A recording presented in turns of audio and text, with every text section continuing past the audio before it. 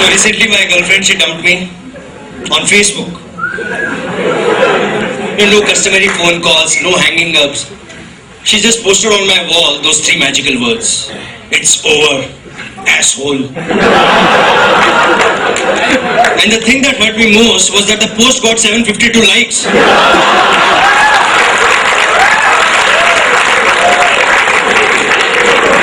Most of those people were from my friend list. My mom and dad even left a little comment. LOL.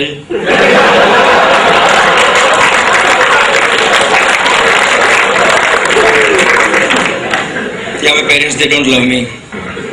Because they had to get married because of me, so.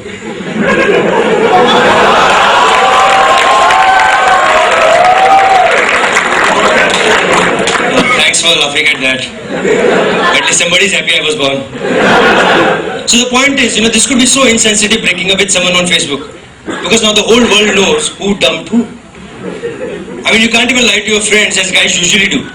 I mean, it was me who dumped Pooja, yaar. Huh? She was such a pain. Oh, dude. It's on Facebook. Even my Kamwali bai knows who dumped who.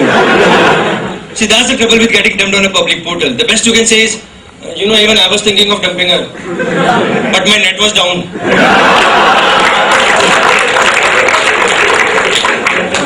And sometimes we get a bit carried away. We reveal too much information on Facebook. The other day I put this status message, having a night out at my friend's place. Next day I go home and I find out that my house has been robbed. Everything was gone. But I was lucky in the sense that we did not have that much difficulty in tracing down the robber. Because given the Facebook addict that the robber himself was, he uploaded those robbery pics on his Facebook account. And then just look at his stupidity. He even tagged me in those photos. Hold on, that's not the shocking part. The shocking part was that me and the robber, we had 4 mutual friends.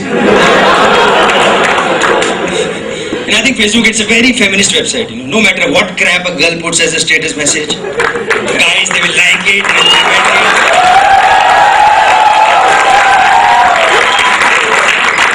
This girl I know, she works in Bombay, her mom lives in Delhi. One day she puts this status message, missing my mom.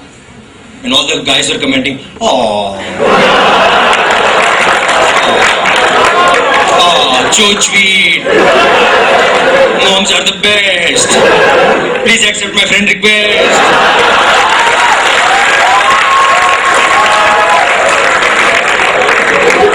In 5 minutes, she got 100 likes and 50 comments. And I was like, great, yaar, maybe as a guy, even I should put the same status message.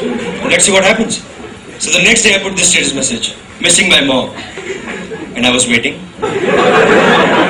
So I waited a little more. And all I got was one comment. "Grow up, kiddo." And that was from my dad. And then there is another set of guys on Facebook, like one of my friends. He's so desperate. His only job in life is to check out the photo album of every other girl on Facebook. I know some of you are in the audience today.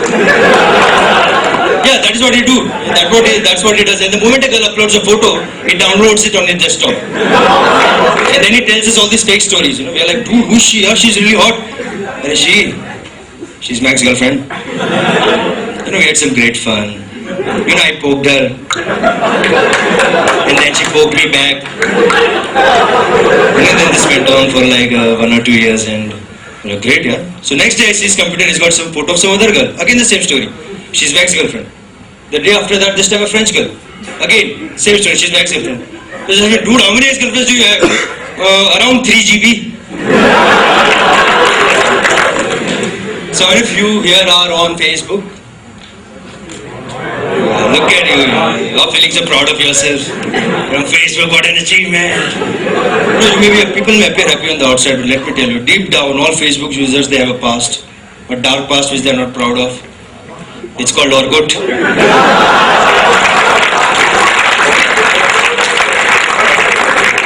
Come on, we are not native Facebookers, we are all Orkut immigrants. Let's explain.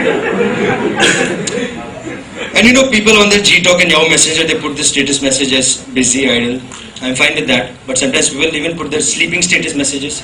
Z. These people think they are. And it's really annoying to me when girls put those status messages, Z. And I'm like, seriously girls, guys don't care whether you're sleeping or not. All guys care about is who you're sleeping with. So please give us more detailed information like Z with Sunil.